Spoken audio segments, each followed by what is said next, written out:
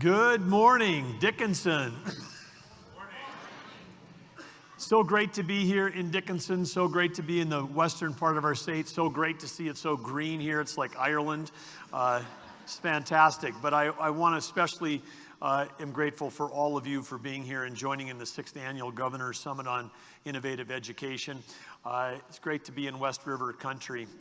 As always, I like to start with gratitude, and I think all of us can be grateful that in North Dakota we're blessed with the resources that so many other states wish they had, the resources that we have to fund public education at the levels that we've been able to do that. And we're also grateful for all of you, the people that are out there every day working to educate the children in the future of our state. And I want to just remind ourselves that it's fantastic that there's 350 people registered to be here today in person. It's fantastic that there are hundreds and hundreds of people across the state watching online. It's fantastic that more people will watch this down the road and see the great speakers and the keynotes and the panels. But it's not about that large number. It's really about one. And we have to remember that it's just one person, one smile can wipe away gloom. One action that shows you care can change the course of a young person's life. One idea can start a revolution. And so when we're here today, I'm grateful that all of you are here, but somewhere in this audience, there's one of you that's going to take an idea from today and is going to take that back to your school, to your district, to your school board, to your classroom, or to an individual student, and your actions will change their life. That's the power of education. One person can make a difference. And I call this the choir because you're here. Many of you have come to every one of these conferences I've had in the last 6 years. But what's sad is that too many people aren't. But I'm grateful for all of you because you're here, you're making a difference, you understand the power of education. And when we talk about the goal of education today, one of the things we have to think about just broadly is that for our students is we have to teach them how to do new things. We don't have to teach them how to repeat the things that we learned how to do because we're in a spot where we have to move forward to beyond what other generations have done. And so with that, I say thank you to all of you.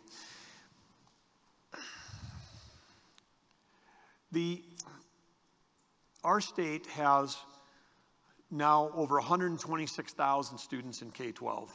They make up just over 16% of the state's population. But we need to always remind ourselves that 16% is 100% of the future leaders of our state. And it's 100% if they stay. And too often, we end up with the great talent in our state thinking that the opportunities are better someplace else. They think it's greener somewhere else. Well, certainly not today. It's greener here, actually. So we want people to be here. But we all have a collective interest in our students' education, but not just educating them. We have a collective interest in helping them understand the opportunities that are here. And I think that, again, reflects, you understand that. That's why there's such a wide range of people that are here participating online. In our audience today, we've got teachers, we've got professional support staff, we've got paraprofessionals, school counselors, administrators, school board members. We've got elected officials, state and local, business leaders, parents, students, community members, workforce counselors, and importantly, behavioral health specialists. And a few of those elected, I don't know that I got them all pegged out of the crowd when we were looking out this morning, but there's a few I want to give a shout out to. I know Senator Wardner, longtime educator himself and coach, fantastic job as a true statesman, as the Senate Majority Leader here today, doing great things for the whole state, not just Dickinson. Thank you, Rich, for your service. Thanks for being here today.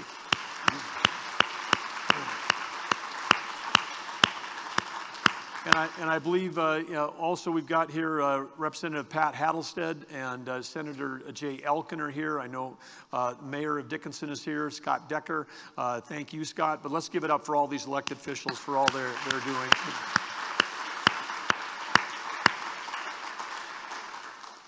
So grateful for all of you, and from Lieutenant Governor Brent Sanford, First Lady Catherine, and I, just want to also say that we are filled with gratitude every day for all of you that are on the front lines making a difference, bringing personalized, authentic learning both inside and outside the classroom, caring for our students.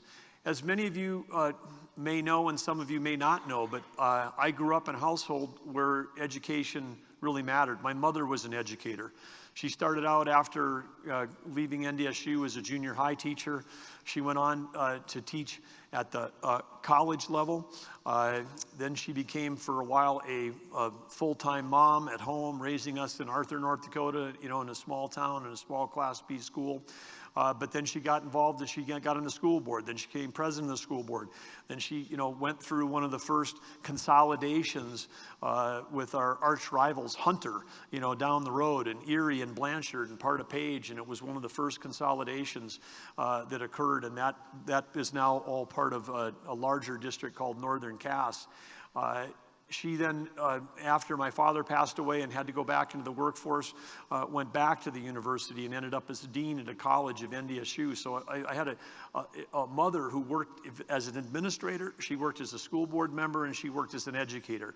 I have a deep respect for all of those roles and the importance that they play, and that's always been a foundation of my upbringing. And when I think about what all of you have had to do in education, just in the last few years, whether it's all the things that we've been, challenged with in terms of behavioral health issues, weather cancellations, new forms of things that you've had to do, it's really been incredible. And again, grateful for the passion and dedication that you put into preparing the next generation of North Dakotans.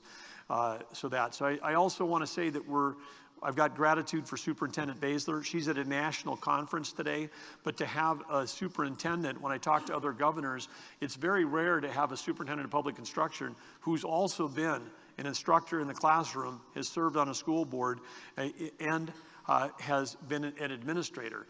And so understanding those roles has been great. And then again, working with our legislature, forming what is called the K-12 Coordinating Council, and we have members here. When I talk to other governors are like in a full-on battle with the teachers union. And then they're in another battle with the parents, and they're in another battle with the administrators. And these battles rage on, and nothing moves forward, and everybody forgets about the students. We should all be grateful that in North Dakota, the legislature created 4 years ago a group called the K-12 Coordinating Council, which I have the opportunity to serve on, as does Superintendent Basler, as does others in this room, teachers that are in the classroom, members that represent the teachers and represent the administrators and represent the school boards. We have a group of about 20 of us that meet regularly and can actually get together where we actually literally in the room have everyone in the room there that can make a decision to help move the state forward. And I know our chairman sitting right over here, the K-12 coordinating. Thank you for your leadership. But it's a fantastic that as a small state we can be nimble and we can move things forward. So we have to be grateful for that, because we're just it's not just always about money, it's about collaboration, and we got an opportunity for collaboration here in our state. Every citizen in our state is impacted by K-12 education. It's not just the 126,000 kids and their parents, because that would get you to parents, guardians, aunts, and uncles. I mean, that gets you to about 300 or 350,000. Close to half of the 780,000 we have are directly affected by that. But, every neighborhood that has a school, every community that has a school, there's an economic impact. Every business in every community is tied back to that workforce. Anybody who owns a piece of property in the state and pays property taxes is supporting K-12 education. If you're in the energy industry, then you're really supporting education, because dollars from the energy industry go to the Foundation Trust Fund, which again is a huge support that we have that other states don't have. And so we've got this great base of people, and we've got engagement, and K-12 education shouldn't just matter to those of you that show up in this room as educators. We have to tell the story that it matters to everybody in the state. And this year's kindergartens, the ones that are starting this fall, will graduate in 2034. And that may seem to some like a long time away, but to me, it creates a great sense of urgency. Every year we graduate roughly 12,000 students. And if we haven't transformed every school to be the best that it can be, then every year there's 12,000 students that are missing out on an opportunity to get the education that they might have been getting in another district, or that they might have been getting in another state if we were as far along as some of the other states were. So part of the Summit on Innovative Education is provide a venue for you, the leaders, the folks that are on the cutting edge of innovation, the drivers, the ones that are taking advantage of the tools the legislature has provided. It's for all of us to encourage each other, support each other, champion each other, share best practices with each other, and listen to experts to help us continue to drive that positive change with a deep sense of urgency. We have an enormous opportunity in North Dakota to also bridge the systems of K-12, higher education, and workforce. It's too often in government and in life we think of silos, but we know one thing for sure, and we see it happening. And I know that we've got President Easton is here today from Dickinson State. I know President Jensen's here from Bismarck State. But these are two great examples of where we have just got to get out of the silos. K-12 and higher education have got to come together, and one of the ways we bring them together is through CTE, so we'll talk about that. But the summit, this year's summit, the theme is about skills for life and learning. And our state, and I should also say our nation, we're at a point where we've got to ensure that our students have the skills where they can have a purpose-fulfilled life, where they can engage in community, they can build great families, and they can achieve all their aspirations. And of course, the way we do that and the way people move their lives and their families ahead is with careers. And we know that our nation right now is challenged by workforce. Our state alone, it's estimated that there's over 30,000 jobs open in our state. We have identified the largest amount of outside investment of capital ever coming to North Dakota. There are $30 billion of investment coming towards North Dakota. Lieutenant Governor Sanford and I, since January, have been at ribbon cuttings or announcements for $6 billion of investment that are coming into North Dakota. And that's across energy and agriculture and technology. And so that means that more jobs are coming to our state. And if we have 30,000 jobs open in our state, then you say, well, hey, why don't we just have our college graduates fill those? Or why don't we have our CTE graduates fill them? We don't graduate 30,000 people between our university system and our K-12. If every student in both high school and college stayed and took a job in North Dakota, we wouldn't fill all the jobs we have. So that creates another challenge for us, because we have to rethink how we think about work. We have to think about automation, which then affects how we have to think about building skill sets. Nationwide, if you're feeling like that there's pressure, because if you're a teacher, you can go to any state in the nation and get a job. You can go to any city, and right now there's a job available. If you're a nurse, you can go to any city in America and get a job if you're a nurse right now. If you're a CDL driver, you can go to any city in America and get a job. 11.4 million job openings. And then some people will say, well, that's because, those crazy people in Washington are paying too much for unemployment.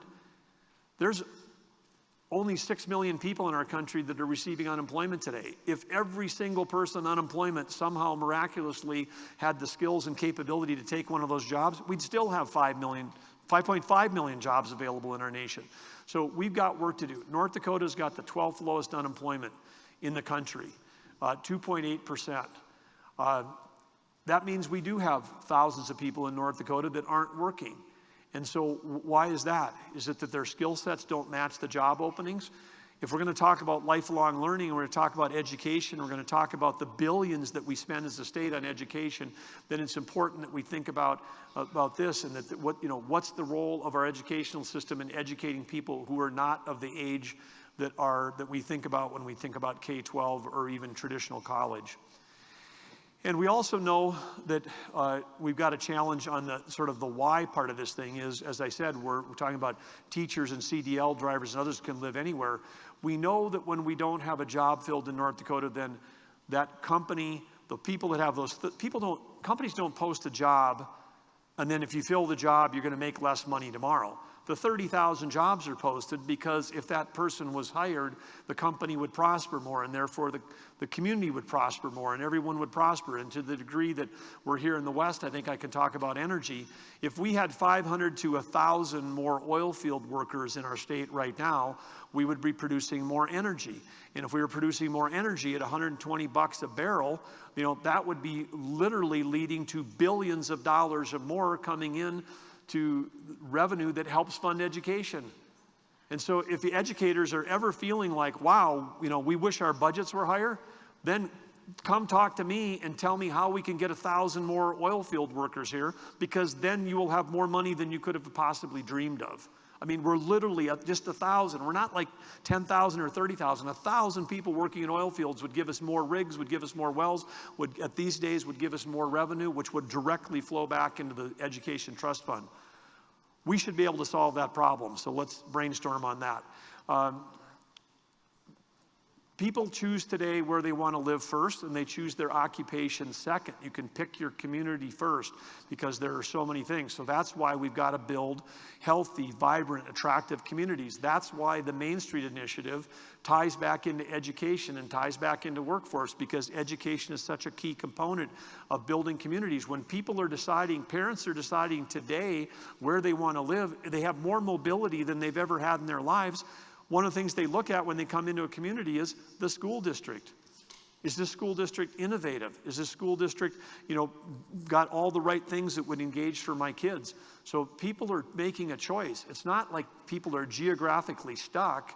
I mean, the boundaries of the school district may be fixed, but the people that move in and out of that district are more mobile than ever. And so if you want your community to thrive, you've got to have an innovative school district that helps attract the parents that say, this is where I want my child to go to school. And again, I've talked about funding, but I mean, my goodness, from the legislators that are here know this.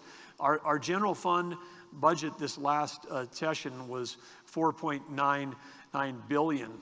$2.4 billion of that went to education. This is nearly half of our general fund. This is among the highest in the United States of where general fund spending relative to education. And so I don't really think that we have an investment problem, and we don't have a commitment to investment. But what we do have is when we're putting those dollars out there, we have some districts that are represented here that are on the cutting edge of innovation. We have other districts where the legislature's passed like 3 or 4 or 5 really important flexibility innovation bills, and that those districts haven't adopted 1 ounce of that in the last 6 years. But yet, in some of those cases, in some of those districts, we're paying more than $20,000 per student per year. That's over $100 a day per student. As a parent, I would think you'd want to say, wow, if I'm paying $500 a week for my kid to go to this place, I probably should hope that they're getting the best education they possibly can in the state. And so we have to, again, understand, are we getting the highest possible return? Lifelong learners, I talked about this again and throughout our thing.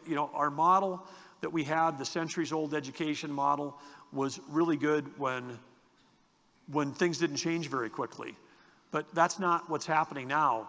There's disruption that's happening at a really high rate, and part of it is the drive of digitization.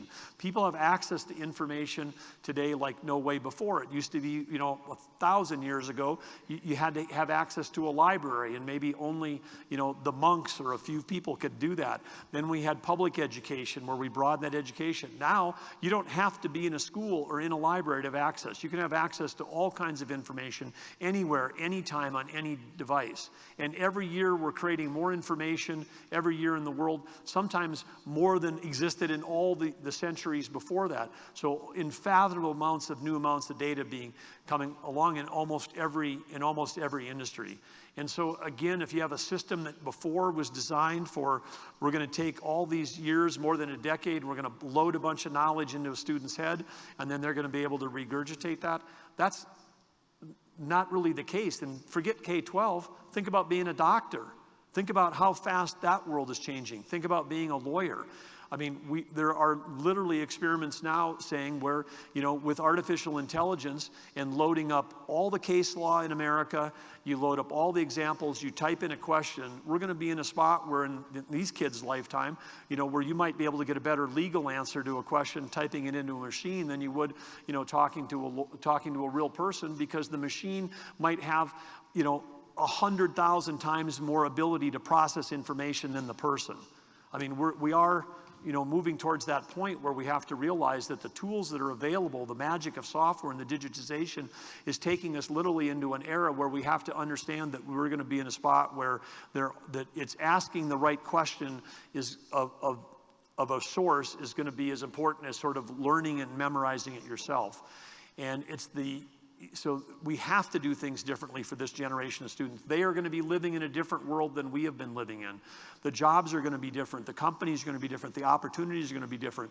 So having this idea that somehow it worked for us, therefore it must work for them, is just, that's not just status quo. That's just doesn't apply in a world that's being disrupted as quickly as it is.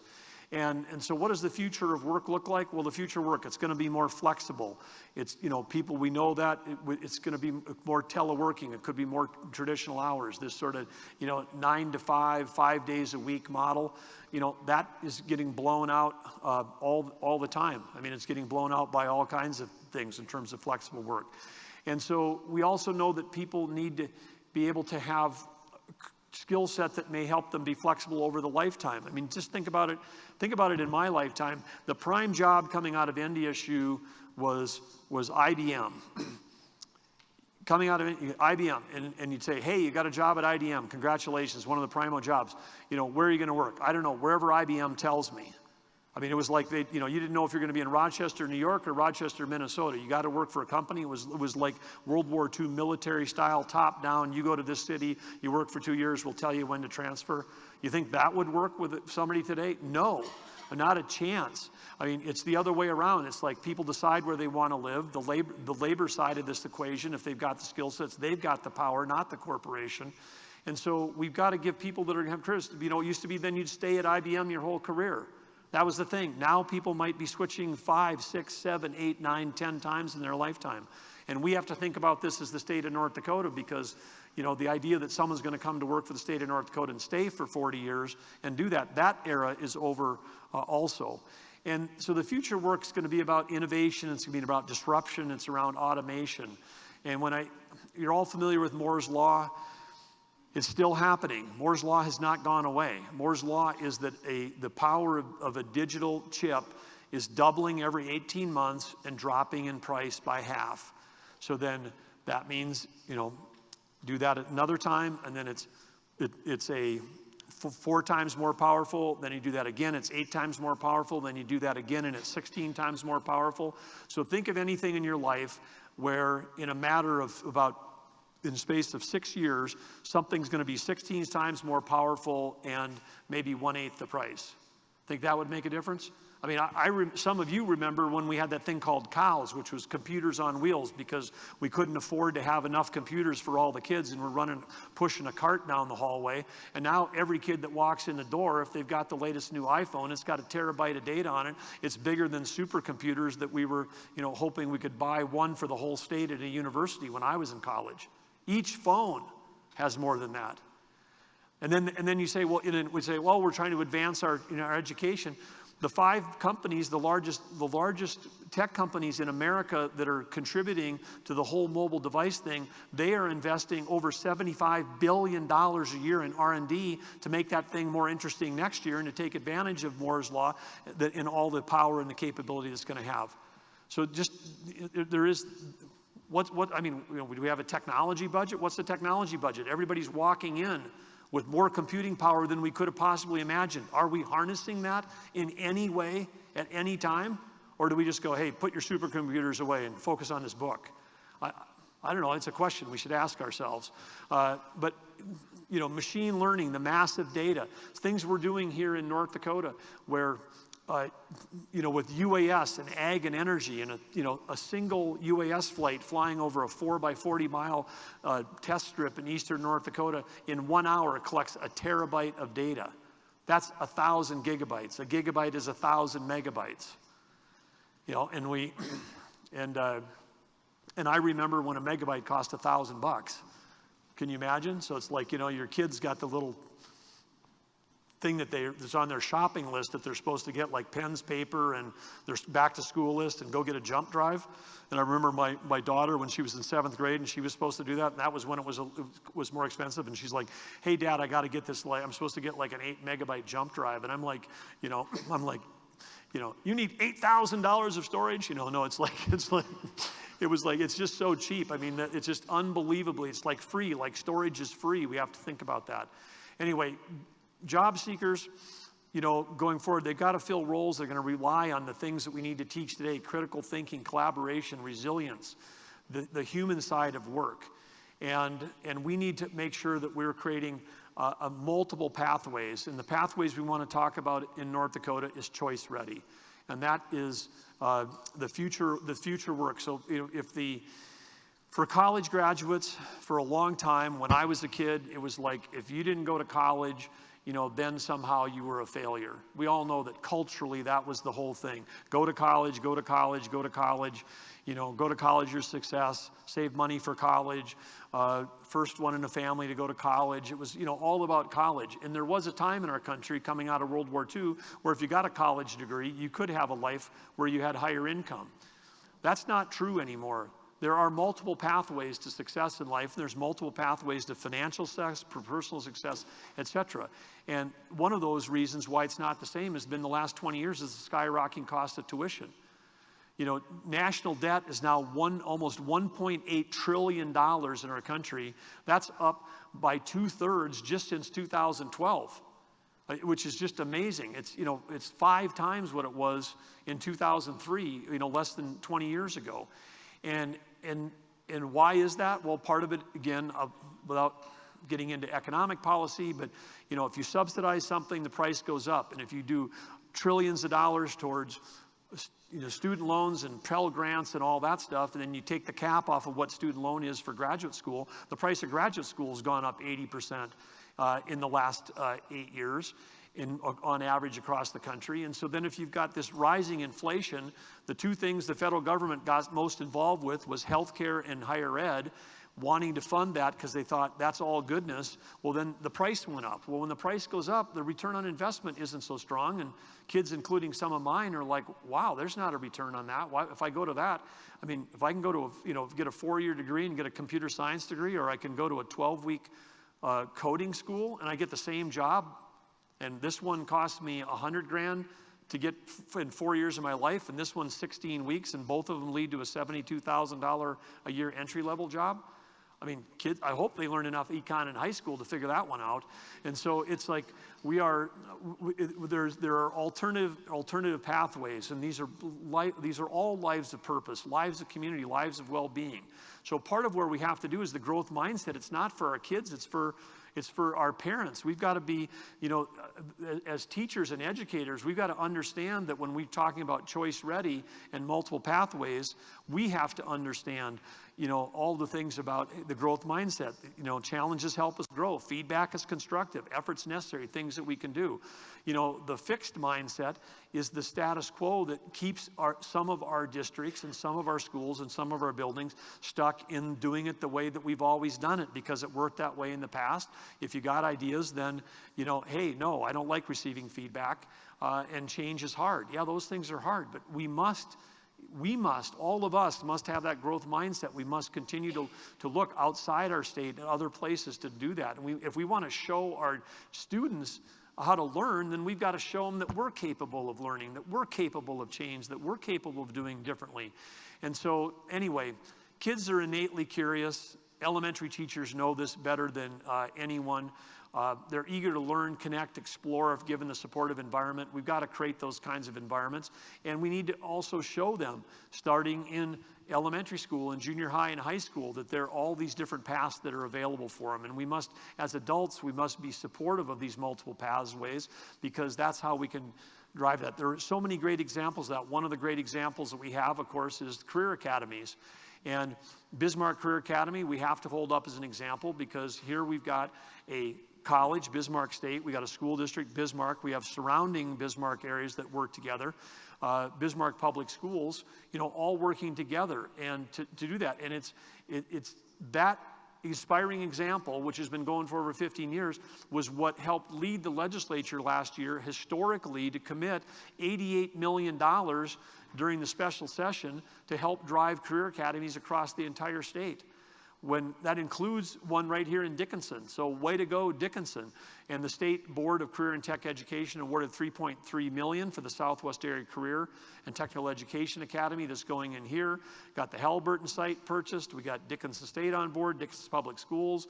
I think, Beach, Belfield, South Hart, others around here. Great opportunity for regional collaboration.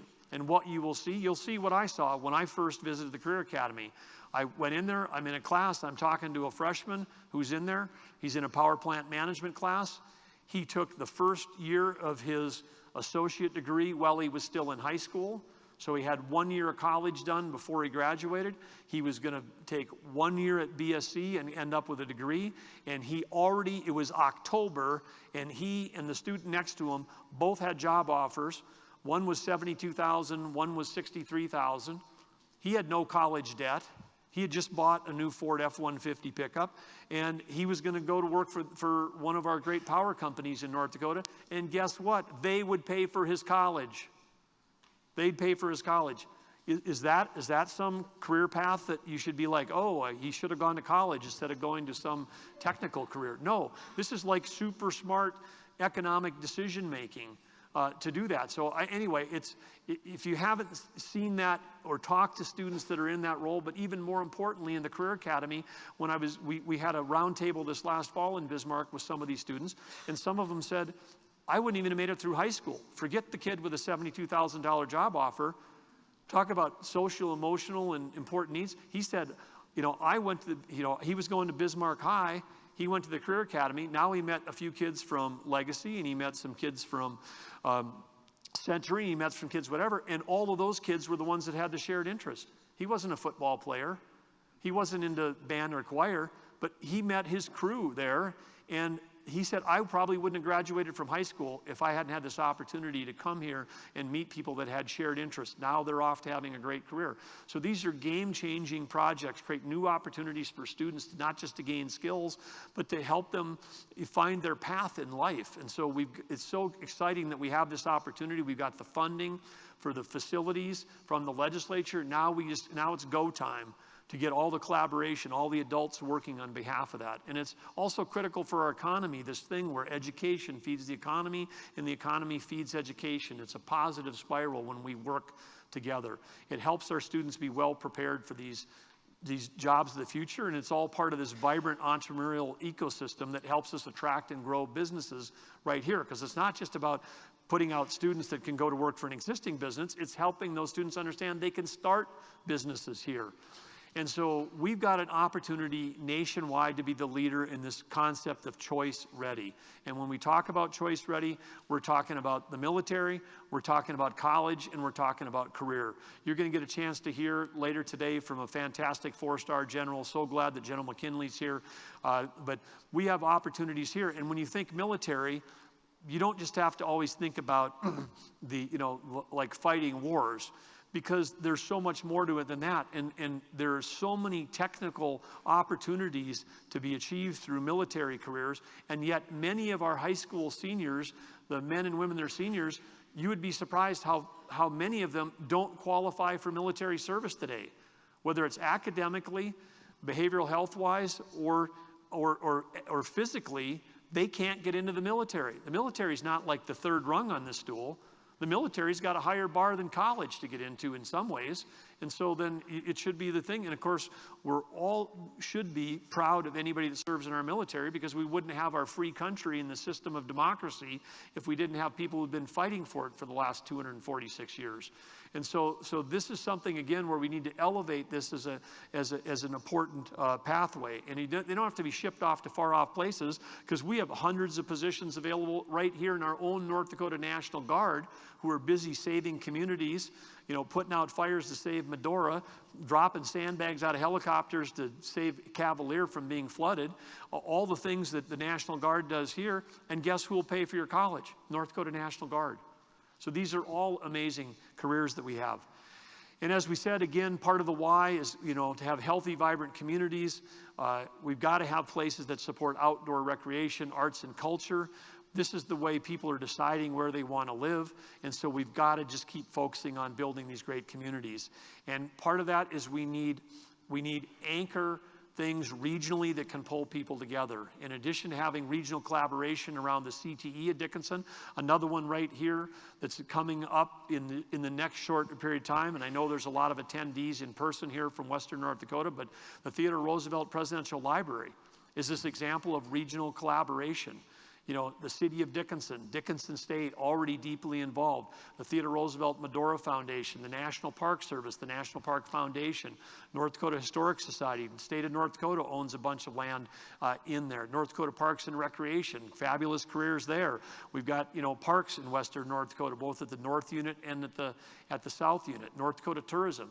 Think of the careers that are involved around that, but also think about the educational opportunities, because in the first National Presidential Digital Library, there's going to be content. We're going to have 4th graders and 8th graders from every direction, South Dakota, Wyoming, and Montana, and North Dakota, within 300 miles, coming to see this thing on field trips every year.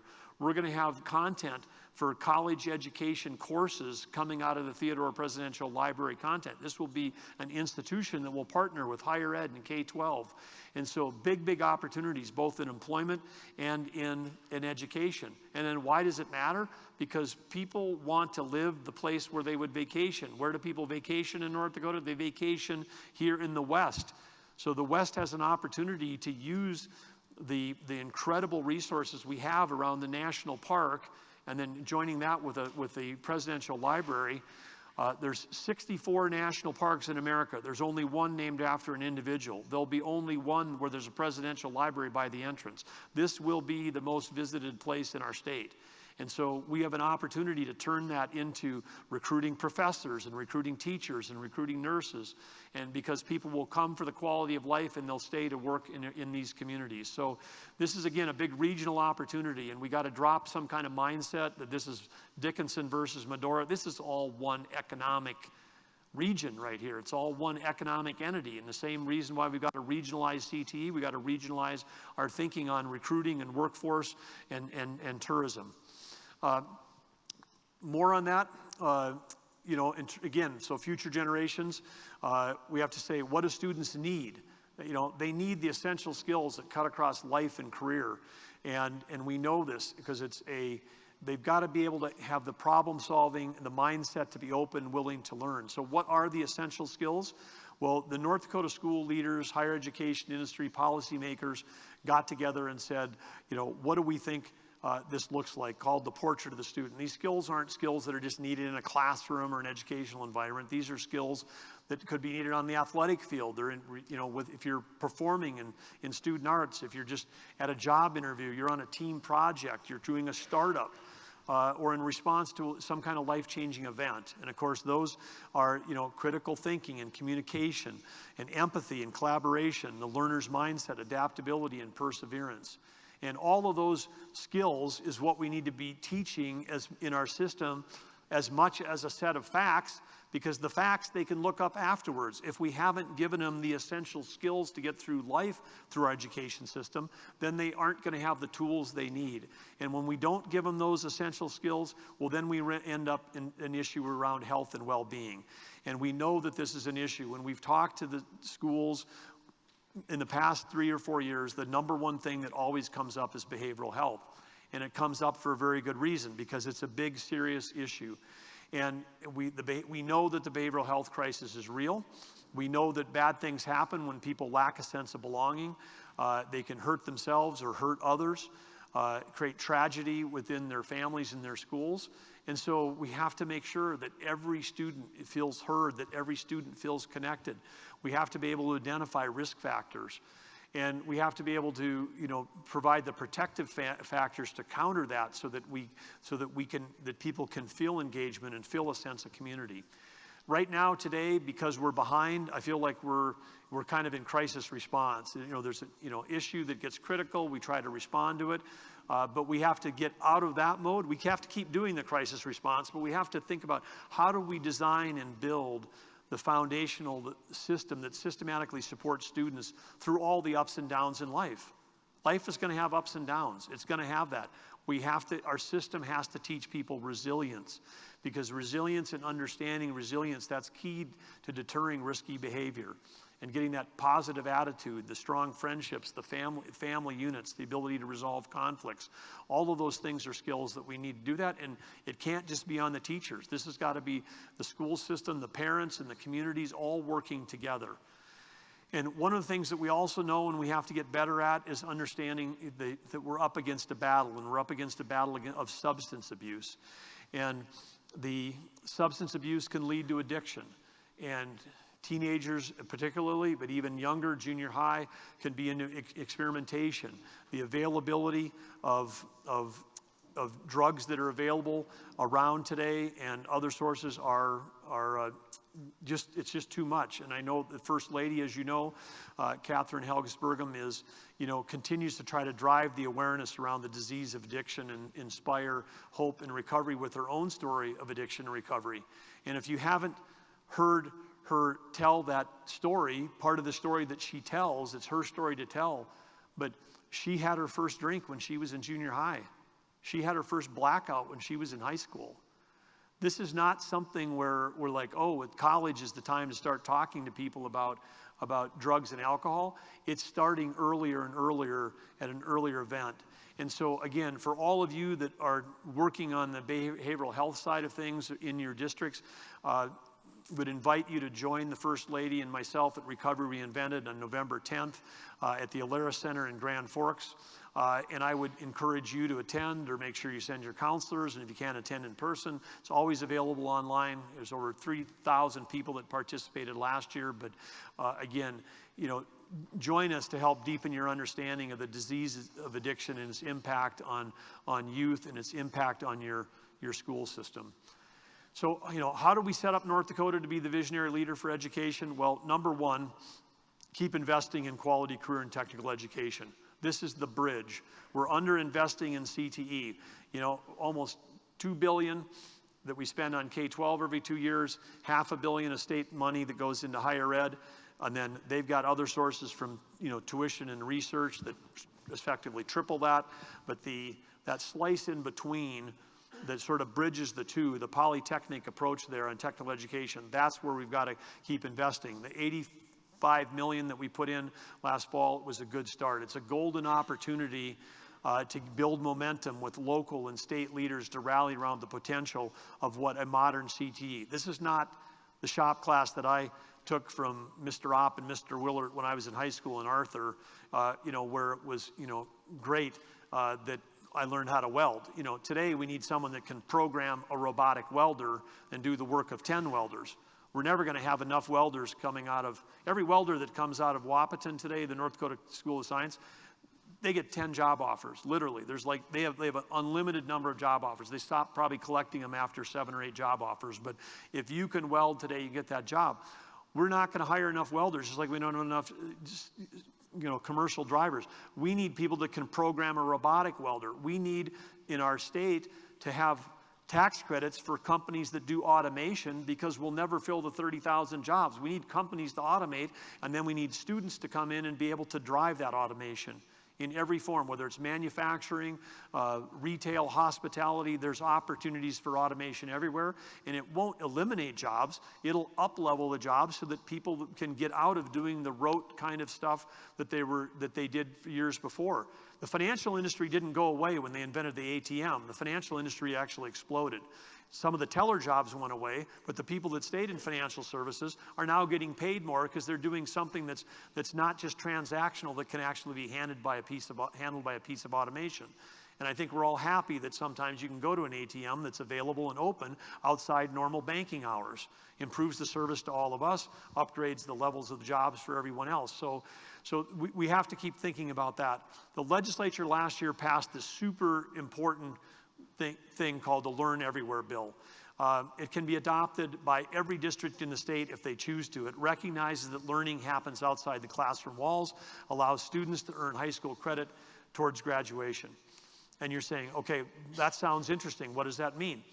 On the Learn Anywhere bill, if a kid in high school, takes a class from Palo Alto Networks on cybersecurity and gets his certificate, right now, prior to that bill passing, he could have got that certificate, which could have got him a job, but he wouldn't have got high school credit for it.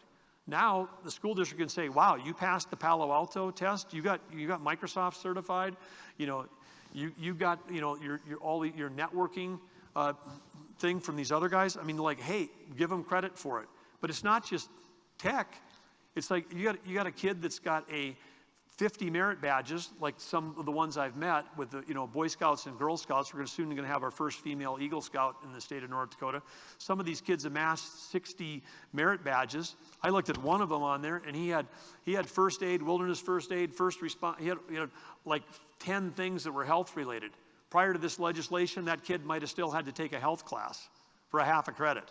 And he's got enough credentials to be working as a local EMT, at the local ambulance service. So we have an opportunity, and these can be for-profit organizations, apprenticeships, co-op work.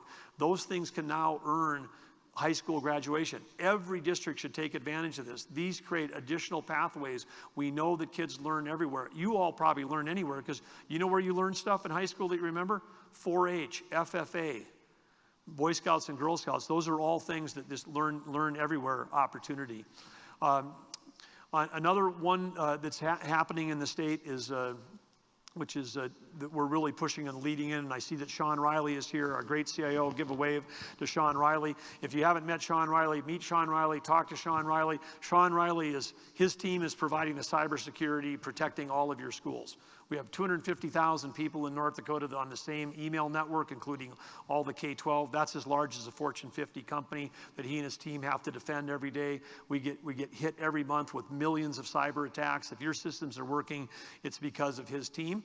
But he cares about kids, and he cares about the future of technology, and he cares about learning, and that's why he's been key, along with Superintendent Baszler, and over 40 different private sector companies working on. We're the first in the nation to have this award-winning pre-K to 20W. So 20W means not just 12 plus 16 for college, plus 4 more for PhDs, plus W for workforce, PK 20.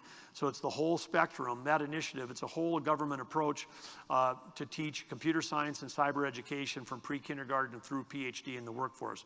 Again, grassroots effort, 40 public and private organizations doing this thing, aligning operational security with education and workforce. And this robust ecosystem has got leaders that are working from across all the levels of K-12 and higher education, state agencies, business, working together. Our goal in North Dakota, lead the nation in computer science and cyber education. It's a shared vision that's very simply stated with a bold vision. Every student, every school, cyber educated. All this digitization I'm talking about, all this automation I'm talking about, we can't send kids into the world that are not cyber educated, because they won't be competitive in that future world. And so that's it's a fantastic program. So I'll give it up for Sean and his whole team. Thank you.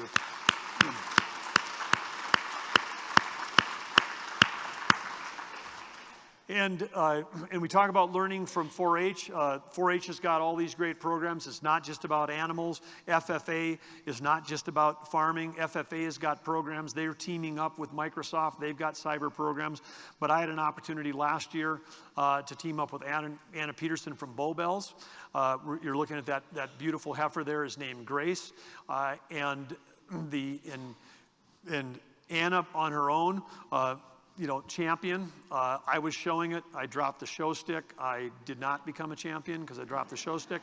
But Rich Wardner in his category did win when he was in the I think the dairy goat category. But anyway, so we got a champion in there. So we got a 4-H champion, Rich Wardner. Way to go, Rich. But the point of this, again, is opportunities for learning. The work that Anna was doing on all of that work she's got an opportunity in Bow Bells. That some of the work should be qualifying for credit for high school on the Learn Anywhere bill. So take a look at that, make sure you understand it. And then on the North Dakota Learning Continuum, this was also approved April of 2022. It's now considered part of the personalized competency-based pathway to graduation. We've got districts on the front edge. I see Corey Steiner sitting over here.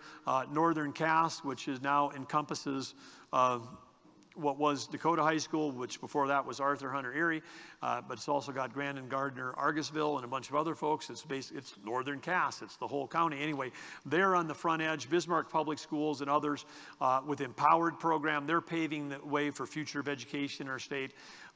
No longer, again, seat time, not a barrier to proficiency. No longer it's about space or place. It's not about being required to be in a classroom with a t-shirt at the front. We're getting rid of some of that red tape for all of you so that you can figure out how education can really occur. And this is all about designing around the student, for the student. The adults can be the facilitators, the guide on the side versus the sage on the stage, learning and helping co-design the authentic learning opportunities that kind of keep that curiosity going, build the skills for the real world to do that. And again, we have an opportunity here to lead the nation. North Dakota, because of our collaboration, because we're small, because we're nimble, because we're well-funded, we have an opportunity. So if you're in education, you should want to be doing education in North Dakota. Get out of a state where you got a bunch of red tape and you have to do it the old-fashioned way. Come to North Dakota, work in our system, have a chance to be an entrepreneur inside of education and innovate and drive things forward. And we have to recognize all of it here, the leaders here in this room, the collective role in driving transformation change. When one of you gets out in front, that inspires everybody else to come along. It proves the point with educators, family, community leaders. And we can do what we all want to do, create the connection, inspire hope, shape the future. All those things can happen right here. And it doesn't matter whether you're the basketball coach or the soccer coach, or you're a Cub Scout leader or a 4-H leader, or you're the school custodian, or you're a neighbor that just cares about the kids on the road. We all have got a responsibility to ensure that our kids are developing skills that can help them through their lives. And so, again, I'm going to close with challenges to all of you, knowing that this is the inspirational leader group, that you're the folks that are on the front edge of this. And that is the K-12 Coordination Council unanimously approved 6 statewide goals that can help drive the vision that all North Dakota students will graduate choice ready. And those choice ready is at the top. I've got that in bold. And if we want to have students graduating choice ready, there's 5 things that we can focus on underneath that. Reading at grade level. If we can make sure that students are reading at those levels before they move on to the next level, that's just a core fundamental skill. Reducing disparities. We do have disparities in educational outcomes in North Dakota. They're quite dramatic for those that are Native Americans who are living on reservations. And it's for students that are in poverty, students with disabilities. So we've got to figure out a way to raise up those disparities that we have if we want all of those students to have an opportunity to graduate choice ready. We've got to support student growth. We do have expectations about learning gains every year. Are we meeting those learning gains? And in terms of engagement with students, measuring engagement of students. Are they engaged? If they're engaged, we know that that'll increase the number that are going to stay with it and be ready. And then, of course, meeting the needs of any learner, and part of that is under the idea that our kids ready to enter kindergarten. What are we doing? We got some great things through Human Services. There's great results from the pilots, from more great work the legislature passed last year on early learning. And if we get kids, we're going to hear some great stories from kindergarten teachers. They're going to have incoming classes that are more ready than ever, and that's all fantastic. But where does all of this go? All of this innovation, the red tape that's been cut, all the opportunities for innovation that's been created, it's innovation over regulation. When Brent and I approach any problem, we're not about regulation, we're about innovation, because the world's moving too fast to try to regulate it. Regulation's a rear view mirror. Innovation is looking forward. And so rather than, we're moving from a top-down rigid curriculum and teaching format that was imposed by the state. We've opened new doors for innovative education methods supported by the legislature. It promotes flexibility, it promotes innovation, it removes red tape. Sound fantastic? Out of 173 public school districts in our state, only 7 districts have availed themselves of the flexibility through the innovation waiver approved back in 2017. 7 out of 173. Only 1 school board in the state has adopted the Learn Everywhere policy that got approved just a year ago. But thank you. Go Jaguars, Northern Cass, way to go. But every district has additional opportunities. The graduation pathways legislation, again, just last year, creates the opportunity for statewide learning curriculum, personalized competency-based education. I've seen that in person. I know what it can do. What is the thing that's holding back? It's not red tape. It's not legislation. It's not funding. We've got to have leadership at the local level, the district level, the school board level. Those of you that are here that are making it happen, you're working in your own districts, but thank you for continuing to evangelize across the state so that others can see what the innovation that's occurring, so we can raise up everybody, so every student, so we don't have 12,000 more students a year that miss out on these opportunities. 4 years ago, I was with some legislators. I was with educators and other members of the Innovative Education Task Force. We visited an elementary school in Harrisburg, South Dakota. This is a picture from when we were sitting there. You see Representative Cindy Schreiber-Beck and others that were there. Those kids in front of us are elementary school kids. They were randomly pulled out of class. These weren't the stars. They weren't the president. They weren't the grade A. We saw what happened. They went into the classroom and said, hey, who wants to come and talk to this tour group? And kids volunteered. They came and sat down. You know what we were having a conversation with them about? We were having a conversation with them about the choices they made to self-direct the classes that they were taking.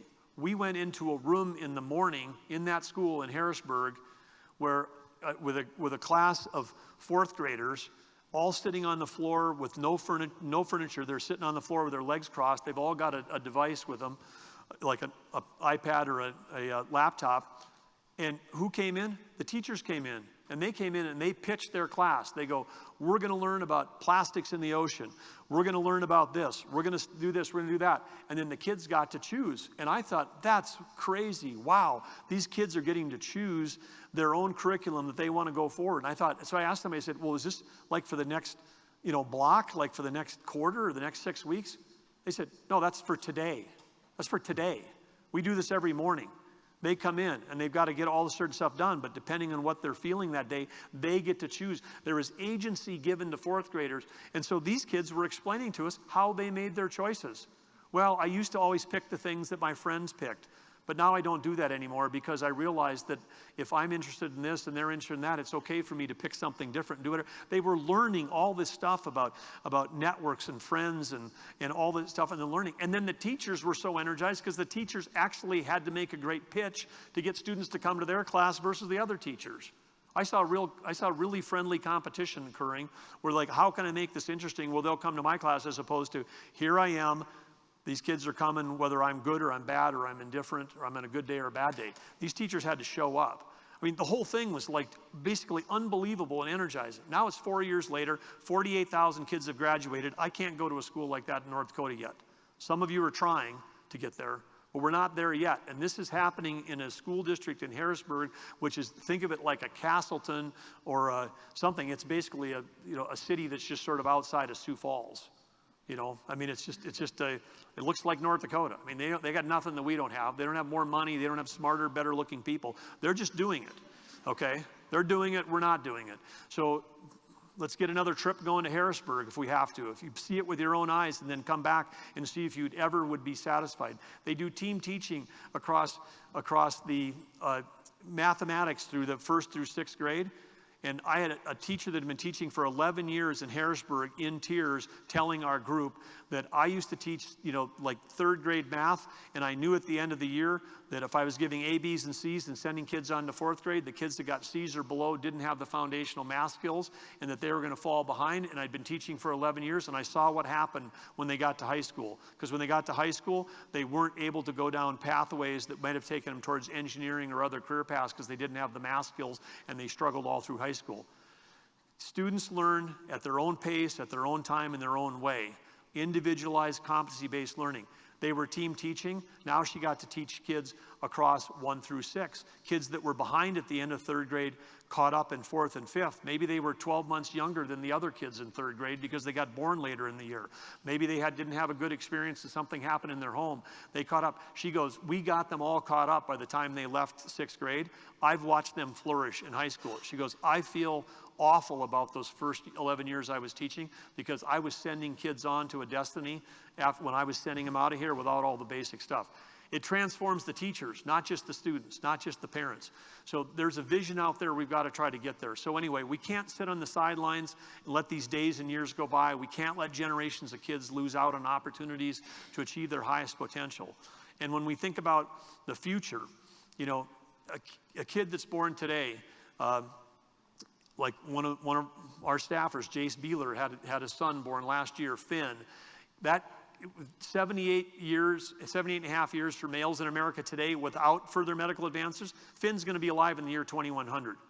The world for Finn is going to be super different than it is for us right now.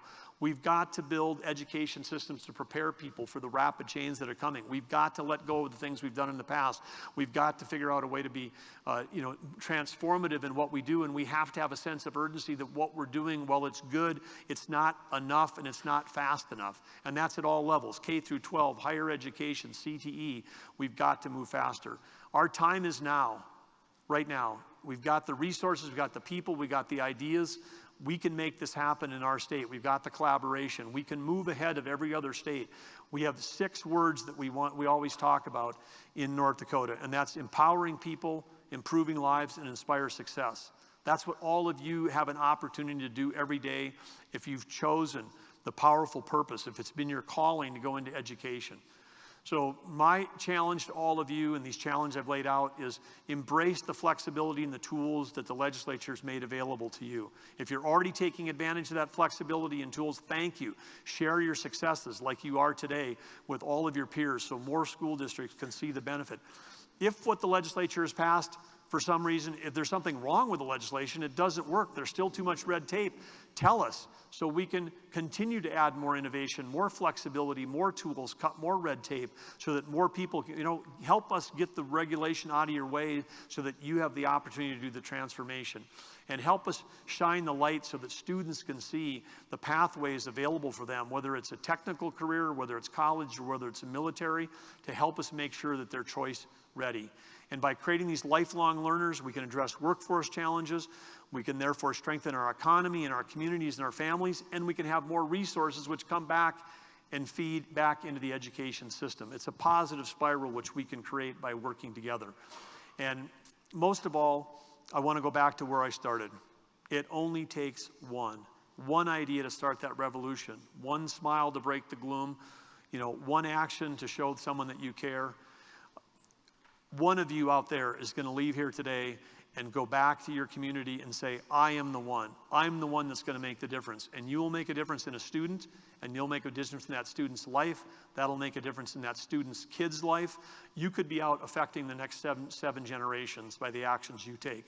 So with that, thanks for accepting the challenge. Thanks for being today. Thanks for being innovators. Thanks for being present. Thank you for being the one.